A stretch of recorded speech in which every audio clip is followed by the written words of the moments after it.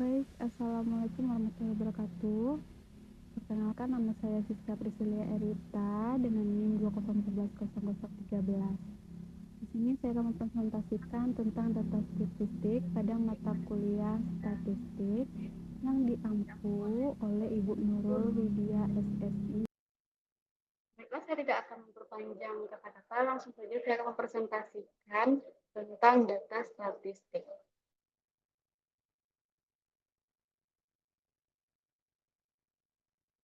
Nah, adapun di mana data itu ada beberapa dan jenisnya. Pertama itu data merupakan potongan informasi yang dikumpulkan selama studi. Nah, data ini terdapat dari kumpulan angka yang didapatkan dari hasil suatu pengumuman, pengamatan, dan observasi terhadap suatu objek. Adapun jenis-jenisnya, yang pertama itu data primer, yang dimana data primer ini adalah data yang didapatkan secara langsung dari sumbernya. Misalnya, seorang peneliti itu akan mendapatkan data berat badan atau tinggi badan dari respondennya secara langsung. Selanjutnya ada yang namanya data sekunder.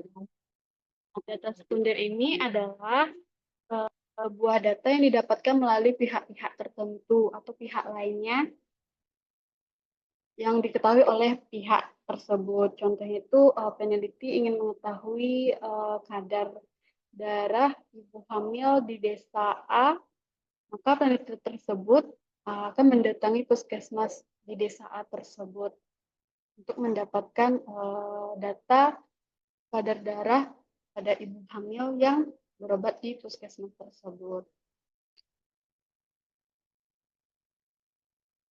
Selanjutnya ada data berskala, data nominal, data ordinal, dan data rasio. Nah, yang pertama itu ada data nominal, yang dimana ciri-cirinya itu terdapat, yaitu data kualitatif atau bukan angka, atau bukan data yang terdiri dari angka-angka. Kemudian ada data yang tidak dapat dikuantifisir, yang artinya itu di mana data tersebut tidak dapat dikali, dibagi, ditambah, ataupun dikurang. Selanjutnya ada bersifat kategorikal dan bukan numerikal. Ini berkaitan dengan NEM. Dan tersebut tidak berjenjang, terus berada pada level yang sama. Terus digunakan dalam statistik non-parametrik. Selanjutnya ada data ordinal, dari mana itu ada data kualitatif, terus tidak dapat dikuantifisir, merujuk pada order atau rank atau berjenjang. Dan data satu dengan yang lainnya itu tidak selevel, kemudian diurutkan paling rendah ke tinggi. Nah, kelemahan pada data ordinal ini yaitu data ini dalam satu jenjang itu memiliki perbedaan. Kemudian ada data interval, itu merupakan data kuantitatif yang bersifat numerik, terus dapat dikuantifisir, dan data ini tidak memiliki nilai nol absolut atau bisa jadi memungkinkan memiliki nilai nol atau di bawah nol. Kemudian contohnya itu seperti suhu udara, dan yang lain-lainnya. Kemudian ada data rasio, itu merupakan data kuantitatif, dapat dikuantifisir, bersifat numerik, dan memiliki nilai nol absolut, yang artinya itu dia tidak memiliki nilai di bawah nol. Contohnya seperti berat badan, tinggi badan, dan lain-lain. Selanjutnya data yang bersifat kategorikal dan numerikal, di mana data kategorikal itu merupakan data yang sering ditemukan pada penelitian kualitatif. Misalkan seperti baik buruk, setuju, tidak setuju, positif, negatif, tinggi, pendek, dan yang lain-lainnya. Yang kedua ada data numerikal, yaitu merupakan data yang berupa angka. Nah, data numerikal ini terbagi menjadi dua. Pertama itu ada data discrete, merupakan data yang hanya memiliki angka atau bilangan bulat mulai dari 1 dan seterusnya. Kemudian ada data kontinu, yaitu merupakan data yang selalu ada di antara dua angka. Selanjutnya level pengukuran data. Nah, yang pertama itu ada yang namanya scale or continuous, yaitu dikenal sebagai level tertinggi, dan independent scale. Contohnya itu seperti berat badan, tinggi badan, jumlah eritrosit, jumlah leukosit, dan yang lainnya. Kemudian itu ada ordinal. Nah, ordinal ini merupakan data ranking yang tidak termasuk independent measurement, sehingga data ini dikatakan lebih rendah dibandingkan dengan scale atau continue. Contohnya tingkat kecemasan, level nyeri pada pasien, dan lain-lain. Kemudian ada nominal, itu dikenal dengan level pengukuran data yang paling lemah dan rendah. Dikenal dengan atau sering digunakan pada data kualitatif. Contohnya data jenis kelamin seperti laki-laki, perempuan. Terus data seperti golongan darah A, golongan darah B, dan lain-lain. Kemudian alat pengumpulan data. Nah, data itu akan dikumpulkan dan dianalisis. Nah, alat dan pengumpulan data itu sering disebut dengan instrumen penelitian. Nah, dalam penelitian ini banyak yang dikenal dengan jenis-jenis alat pengumpulan data yang sangat tergantung pada data apa yang akan dikumpulkannya. Contohnya misalkan untuk mengumpulkan data berat ekstrak itu maka dibutuhkan alat ukurnya berupa timbangan ekstrak yang akan mendapatkan data berat ekstrak yang akan digunakan pada penelitian. Kemudian metode pengumpulan data yang pertama itu ada pengukuran fisiologi atau psikologikal atau biological measurement yang merupakan metode yang sering digunakan terutama dalam pelayanan kesehatan, seperti pelayanan pada kesehatan di klinik, rumah sakit, puskesmas, dan lain-lain. Yang kedua ada observasional, yaitu beberapa kondisi yang harus dipenuhi dalam menggunakan observasi ini, yaitu observasi itu harus konsisten dalam tujuan penelitiannya. Yang kedua ada standar dan rencana sistematik untuk mengobservasi dan mencatat. Semua observasi harus dicek dan dikontrol. Nah, berhubungan dengan konsep ilmiah dan teori. Selanjutnya itu ada yang namanya wawancara atau interview. Ini merupakan metode pengumpulan data yang dilakukan secara personal. Bisa melalui telepon atau wawancara secara berkelompok, baik itu terstruktur maupun tidak terstruktur. Keempat ada kuesioner. Itu merupakan sejumlah atau sederet pertanyaan yang telah disiapkan oleh peneliti yang akan digunakan sebagai alat pengumpulan data. Nah, kelebihan dari kuesioner ini yaitu relatif murah, waktunya singkat, bebas dari interviewers bias, responden tidak merasa terganggu, dan lain-lain. Namun kekurangannya bisa jadi responden itu tidak paham terhadap isi kuesioner, terus bersifat tertutup, dan akan adanya non-respon dari responden terhadap kuesioner dan lain-lain. Nah, yang kelima ada catatan atau dokumen. Nah, ini pengumpulan data bisa dilakukan dengan cara mencatat atau merekamnya menggunakan alat-alat atau media dalam pengumpulan data. Selanjutnya ada validitas dan reliabilitas. Nah, validitas itu atau disebut dengan validity merupakan kemampuan sebuah tes untuk mengukur apa yang seharusnya diukur. Menurut Bruce 2008 itu menjelaskan bahwa validitas ini kapasitas sebuah tes, instrumen atau pertanyaan untuk memberikan hasil yang benar. Nah, ada beberapa jenis uji validitasnya yaitu yang pertama validitas isi, validitas konsep, standar terkait atau validitas kriteria, selanjutnya validitas muka. Nah, kita akan bahas satu persatu tentang apa itu validitas isi. Validitas isi ini merupakan uji validitas yang mengutamakan isi. Dan selanjutnya ada validitas konsep, yaitu merupakan uji yang menilai kuesioner berdasarkan konsep atau teori variabel yang diteliti. Selanjutnya validitas standar terkait atau validitas kriteria.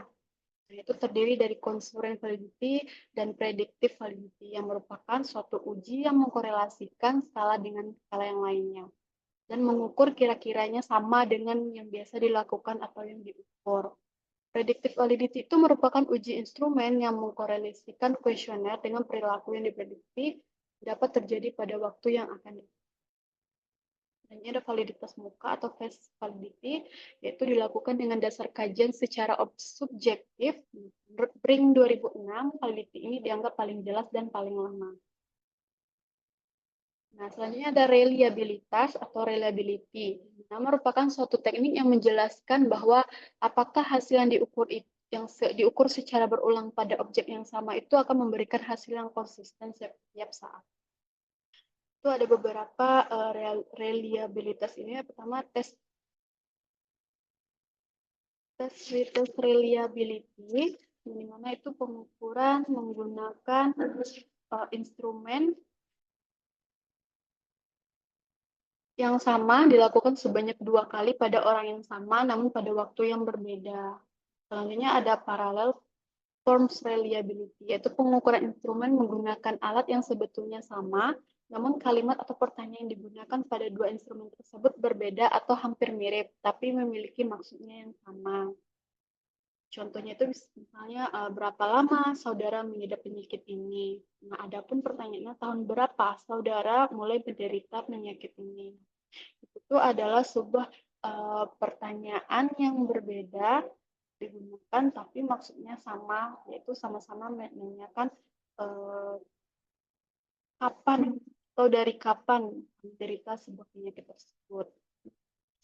Kemudian ada yang namanya internal consistency reliability. Itu digunakan untuk mengetahui konsistensi internal antar item dan sering digunakan untuk menguji pertanyaan dalam kuesioner. Terakhir ada interater reliability. Individu yang berbeda tetapi melaksanakan prosedur yang sama dan kemudian hasil kerjanya dibandingkan.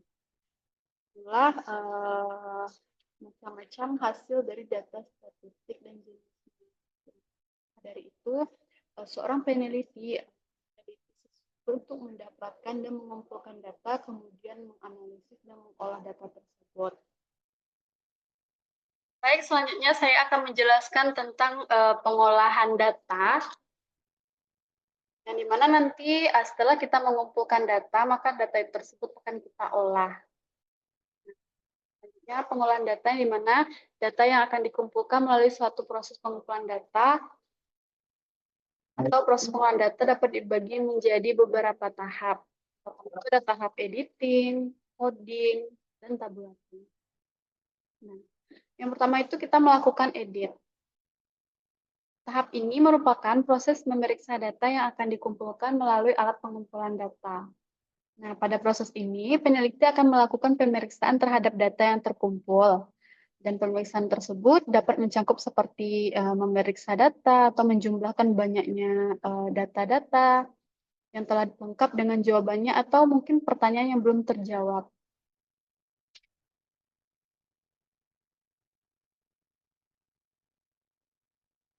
Atau bisa jadi nanti melakukan edit itu kita akan mengoreksi data yang belum jelas atau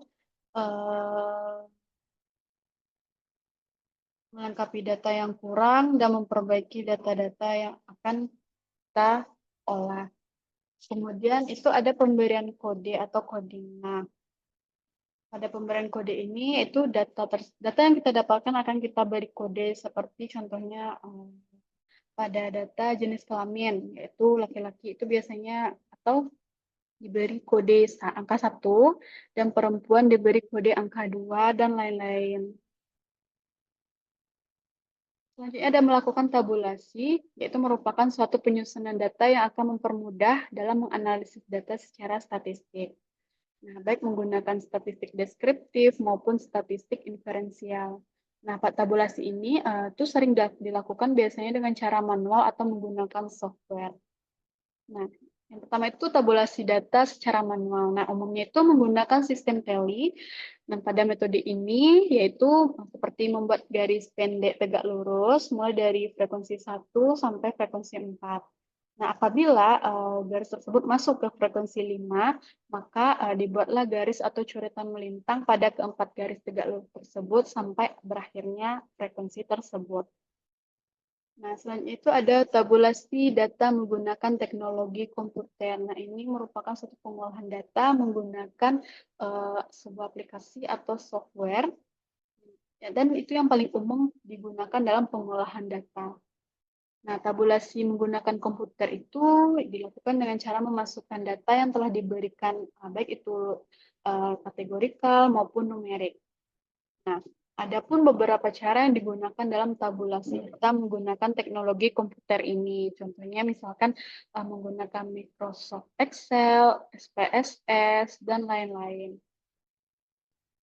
penjelasan pada hari ini atau presentasi tentang data statistik.